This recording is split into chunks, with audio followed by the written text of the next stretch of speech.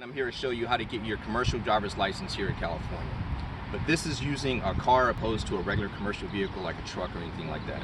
The main reason why you want to bring a car is because you're only going to be judged on the information utilized for the windshield forward of the car, not the entire vehicle.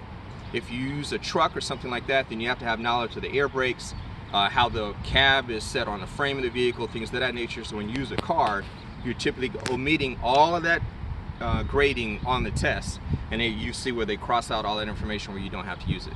So basically this is what that looks like. You're only going to be using the information that you know about for the front of the car. Now moving forward, I want to show you, this is my driver's license that they put a hole in once you get your commercial license that lets you know that you have passed, so that way you don't use your regular driver's license, Class A, in order to get a Class C driver's license. So I did pass mine, and then the next step is to get your fingerprints by TSA, which is like 80 bucks, and that's your next step in order to get cleared, and that's when they send your license in the mail. So I'm about to get into what you have to say in order to pass your test on your license. What I'm about to say is so that way you say it verbatim, so that way you get your points from whomever the instructor is that you're working with. If you don't say what I'm about to say, you lose all your points or most of it, and you don't pass on to the next step. Now there are different phases when you take your written test. You got to do an outside inspection of the car. You also have your knowledge test for the inside motor compartment, the interior of the car, and actually driving the vehicle. And I'll show you some of those pointers, even though I'm not going to drive the route, but this is based on taking the test here in California out of our DMV, again using the car. So keeping with the theme of what you're supposed to say as you're talking about a vehicle, if the part is made out of metal, then you want to talk about, if you're looking for that part, what you found that part that you're talking about, it doesn't have any defects in the fracture of the metal or anything like that causing it to be defective. If there's a part that has liquid in it, you want to talk about the fact that you don't see it leaking or any type of defects in the structure that makes the liquid come out, and you don't see any defects going forward which would lead it to be unsafe. That is the trailing of verbiage that you want to say after every single thing that you say, which lets the instructor know that you know about the part, you know how it works, and you know what happens if it's broken, and you don't see any defects with it. So that is the theme that we'll be using as we talk about each and every single part on the car, from the windshield forward and also inside the car as far as gauges and things like that are concerned. So moving right along, I'm gonna get into what you're supposed to say as you walk up to the car, which is huge. Again, as we talk about everything, it's all about points, okay? So you don't want to skip anything. You want to say or remember as much as you can, so that way you can pass your test. Now, when you get to DMV, they're going to ask you for your registration and proof of insurance. If you don't have those two documents, they will not move forward with your appointment. You're going to be on a reset. Once you've showed that, then you're ready to begin. When you walk up to the vehicle, you want to make note that you don't see anything leaking from the car on the ground that gives you any indication in the fact that there are fluids leaking, oil leaking, or anything like that. It looks to be completely dry. Therefore, that indicates to me that everything is probably working in proper order. Now, you're going to talk about the outside of the vehicle first, not under the hood. So as you scan across the vehicle, you want to talk about your wheels. I see that there are no imperfections on the outside walls of my tires, any splits, any cracks, or anything like that. That lets me know that maybe my tire might be defective in some type of way, and I see that that's okay.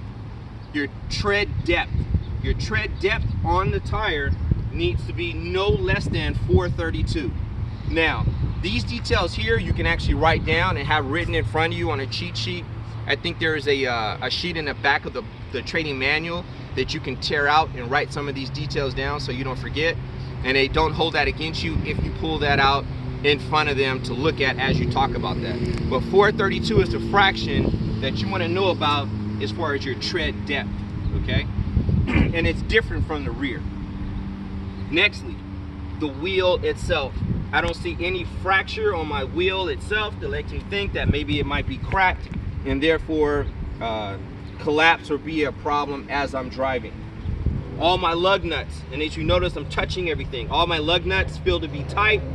I don't see them to be loose. Therefore, that keeps my wheel on and I don't see that to be a problem as I'm driving. My wheel is connected to my rotor. My rotor seems to be in proper consistency.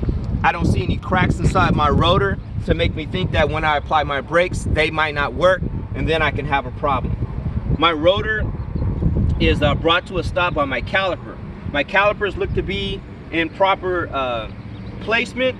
I don't see anything loose. Don't want to touch that because I might be hot, but I don't see anything inconsistent to make me think that maybe my calipers may not work. My calipers have my brake pads inside of them. I don't see anything loose about my brake pads. They're not sticking out. I see that they're in a proper place. I don't see any reason why they wouldn't work if I was to step on a brake to slow the car down. My brake calipers are connected to the knuckle on the other side, and the knuckle and the A-arm could be all in one piece or two separate pieces. I don't see any fractures in the metal that makes me think that maybe the A-arm or the knuckle that's connected to the rotors would cause them to work in a defective manner, which could be unsafe. Therefore, I don't see a problem with that. As I look at the rotors, as I look at the caliper, I see that my brake lines are in place. There's nothing wet because we have brake fluid that runs through them. I don't see anything wet on my brake line that makes me think that my brake lines may not work or not have proper pressure in them so that they wouldn't work should I step on the brake. As my brake line is connected to the master cylinder, I see that my master cylinder is full with proper brake fluid in it, and the booster and my brake lines, I don't see anything inconsistent with that to make me think that there's anything leaking there. Therefore, I am okay with the proper working features that it may have. The strut. Now, some people will have coilovers, some people will have different type of shocks up front. Shocks have gas in them. So that's connected to your knuckle and also to the body of the car. So I don't see any leaking around the strut. That makes me think that there's gas leaking from that strut that would cause me to lose control or the handling of the vehicle. As I move over, I got my windshield wiper fluid. I see that my windshield wiper fluid is full. I don't see anything cracked in the housing that holds the windshield wiper fluid to make me think that it's going to leak down on the ground and cause a problem later. That's in proper order. The oil to the vehicle. The oil is inputted here. I didn't see any oil dripping from the motor. I don't see any oil residue around on the motor to make me think that I might have a leak from my oil. And if I did, that's where I would replace it to now bring my car to spec or make sure it's in proper order. The serpentine belt. Now, some people might not have access to see the serpentine belt or touch it. I'm pointing at it. You always want to make sure you point at it. Or if you have a stick, you're allowed to have a stick to point at it, and for two reasons. One, for location, and you also want to put some pressure on that because you want to speak on two things. One, I don't see any cracks in my serpentine belt to make my serpentine belt possibly come unloose or collapse or be defective in any kind of way. And the next thing is, when you poke on it, you want to make sure it has proper tension. If it has too much, not enough tension, then that means it's not gonna keep your car cool because it won't be turning a water pump. You also won't have pressure going around the alternator to keep the alternator on, things of that nature. So I don't see anything inconsistent with my serpentine belt to make me think that my car won't work properly. Next thing, as I'm moving over, I don't see any inconsistencies with my hoses, anything leaking to make me think that something might be inconsistent and maybe make my vehicle not work properly. In the center of the vehicle, in the center of a block, you're typically going to have your water pump. Your water pump will leak directly down in the center of the motor if there is a leak. I looked under the car earlier. I didn't see any water leaking from the water pump to make me think that my water pump is not working properly in order to keep my car cool. Next, as I walk over, I see my coolant. Your coolant might have one or two ways that you can put water in it, either directly on a radiator, or sometimes there's another neck, if you will, where you put water into it. I don't see anything leaking from my coolant tank or my radiator hoses that makes me think that maybe the proper cooling is not going to be given to my motor to make my motor work not efficiently or not correctly. So therefore, I see that that's okay. My oil dipstick is where I would check my oil level. My alternator. My alternator looks like it's in proper order. Everything is connected to it, so that way power is getting back to the rest of the vehicle and it is working properly. Also, my serpentine belt makes rotation properly on the pulley in front of it to give it power, so that way it is working properly. As I move over, and last but not least, my battery. I see that my battery terminals are connected properly. It also has water inside of it along with the battery acid. A lot of people don't know that, but you also want to speak on the fact that I don't see any cracks or anything like that on my battery to make me think that my battery is going to be working improperly or it's not secured. I see my battery brace is there and it's proper and it's working properly. The last but not least thing that you want to talk about in your motor compartment, all cars are different. Some of the newer cars have a fuse compartment in the front and not inside the vehicle. The DMV test wants you to speak on the fact that you would have fuses inside the car, but like I said, because cars are set up differently, you certainly want to speak on it so you do get your points, because it's not your fault if the manufacturer designs your car differently. So this one is in the front, so you just make sure that the person knows that you're aware that the fuses are based up front. Should I have to check those in order to make sure that everything is working properly and it's not inside the car, because I know my vehicle. That concludes the motor compartment. All right, before I went in the hood, I know I started with the wheel, but I also wanted to talk about the lenses and all your lights out front, which is part of your exterior inspection. So I start here again. We're going to scan the car. This is my side marker. I don't see anything cracked inside the lens that makes me think that that lens is not going to work properly, so I see that that's in order. My bumpers are fixed to the car. It's not loose. I don't see that there's any imperfections with that to make me think that that's not going to work properly. My headlights don't have any cracks in it. As I see, I don't have any indication in regards to the outside aesthetics of the glass or the acrylic that makes me think that it's not going to reflect properly. Same with my fog lights and my signal lights. I see that the bulb is there, nothing's cracked. I don't see any imperfections to make me think that it's not going to work properly. On the other side, front headlight, I don't see anything wrong with this headlight to make me think it's not going to work properly. And then also my signal light and my side marker here, it's not cracked. I don't think anything that it has is going to make me think that it's not going to work properly. Now, the other thing too, your windshield wipers. I don't see anything wrong with my windshield wipers to make me think that they're not going to work properly. This windshield wiper blade needs to be replaced, so I see that I do need to address that. My windshield, I don't see anything cracked in my windshield to make me think that it's not going to work properly and keep me safe. Now, one thing was pointed out to me by one other instructor. Sometimes you might have a crack or something like that, or a nick in your windshield. That doesn't, you have to speak on that, because you don't want to say, well, it's cracked. Well, how cracked is it, right? So I noticed there's a crack here, but it's not big enough to me to make me think that it won't be safe to be an obstacle, whereas I can't see outside the windshield from the inside, therefore it could be unsafe. I think the size is a quarter or something like that. If it's bigger than a quarter or something like that, I think Highway Patrol can ticket you for it. So you do want to highlight that should you have a problem with it. My side mirrors are in place. I don't see that they're cracked or they're giving me any reason to think that they wouldn't work properly. And you do the same thing for the other window. So at this point, if you pass the outside inspection of the car, you'll be allowed to get inside the car and talk about the different things that I'm about to talk about next. All right, so now if you've made it on the outside inspection, this is what you need to say for the inside inspection. So again, you want to scan your vehicle and go through every single thing that you see and understand how it works and talk about it in the same way. So your vents, my vents work properly. I see that they open and they close, and I don't see any reason why they wouldn't blow air and work properly. As I'm scanning over, I'm looking at my gauges. Your gauges might be different on your dash. So most cars will have your analog RPM gauge, your mile per hour, fuel, and your coolant. Things like your oil pressure, things of that nature, are going to probably be digital, so they'll only be an issue.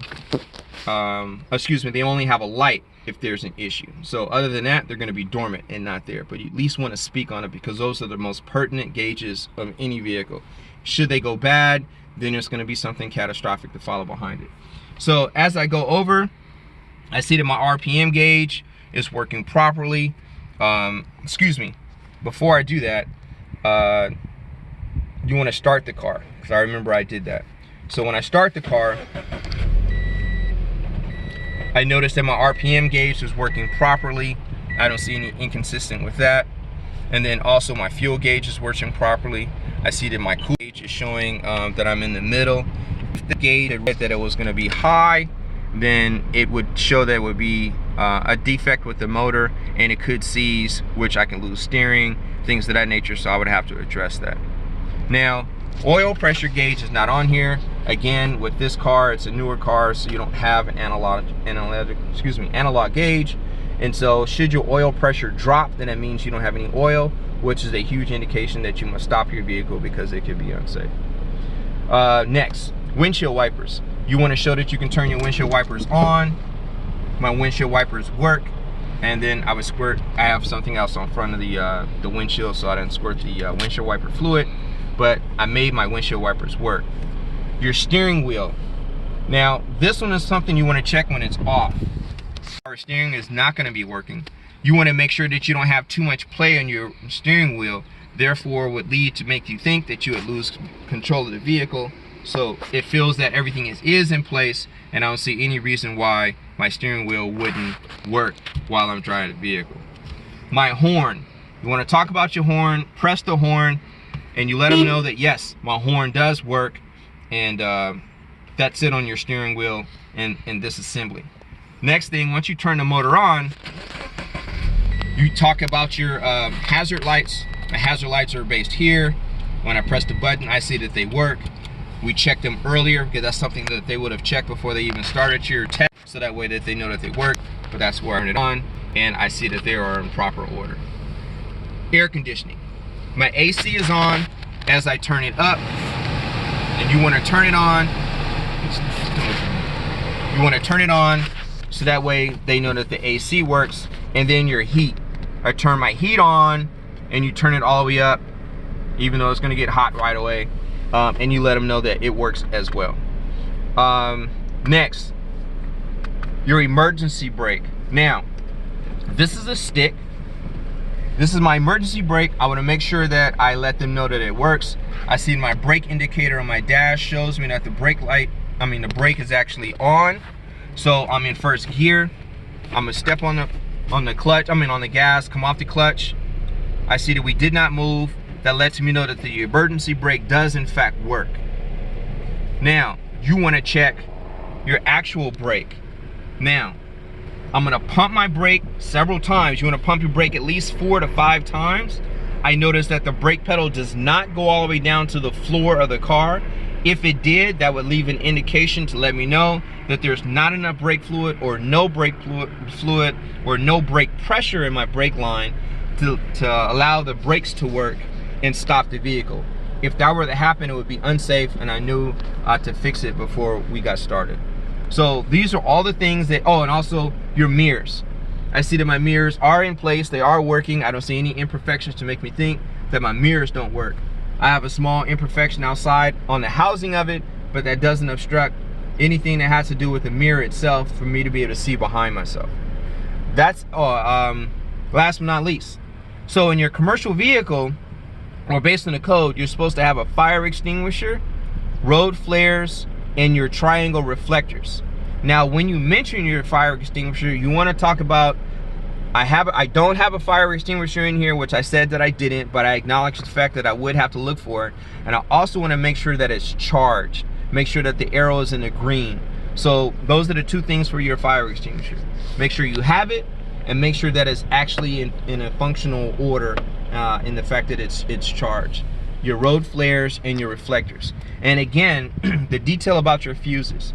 Some vehicles have fuses inside the car, and sometimes they're in the motor compartment.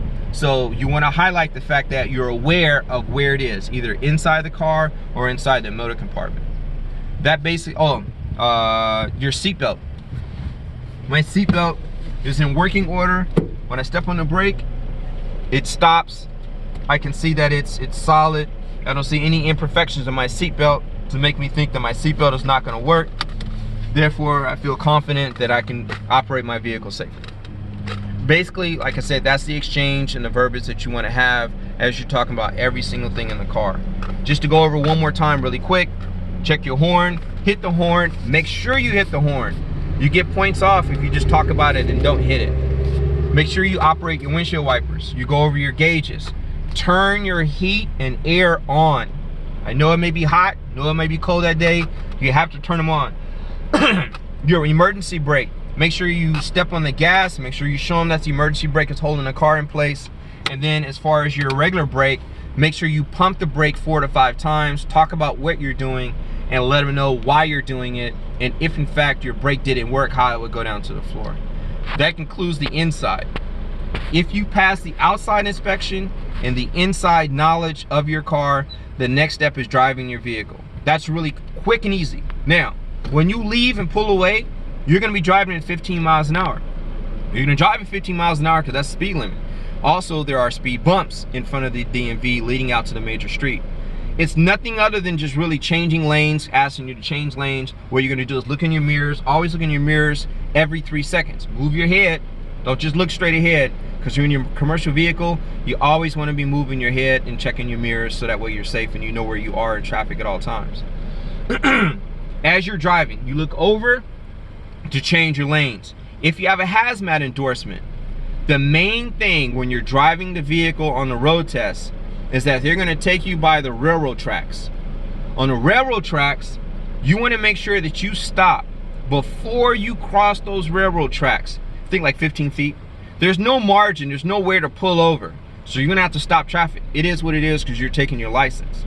So you stop in traffic, roll both windows down, look both ways before you cross over the railroad tracks. That's it. You're gonna do that twice.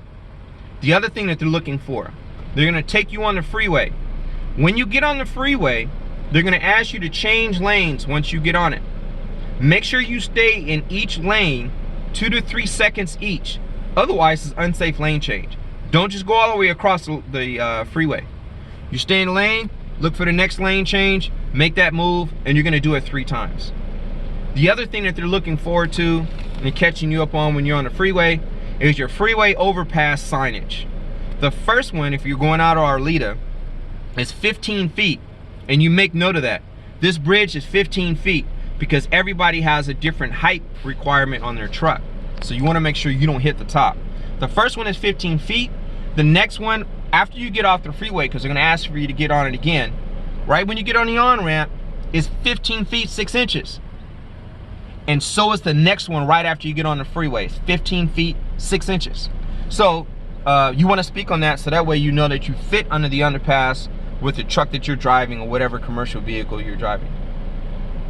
Last but not least on your driving test, you're gonna be asked to drive backwards in a straight line and drive backwards and then parallel park. Those are the only 2 things that I did as far as a technique, if you will, in driving your vehicle. Once you pass those things, having driven, that's it. And you should be able to get your commercial driver's license and then also get your fingerprints done so that way you can pass the TSA background check and you're off and running. If I've been able to help you out, please give me a call, leave comments at the bottom.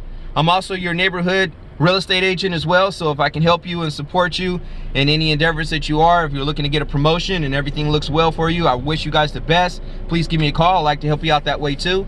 Again, my name is Jacques Langston. I can be looked up anytime. I'm here in the San Fernando Valley area, but I cover LA as well, typically in a 50-mile radius. Look forward to talking to you guys, and good luck and the best luck for your test. Stop. I didn't want to. My finger.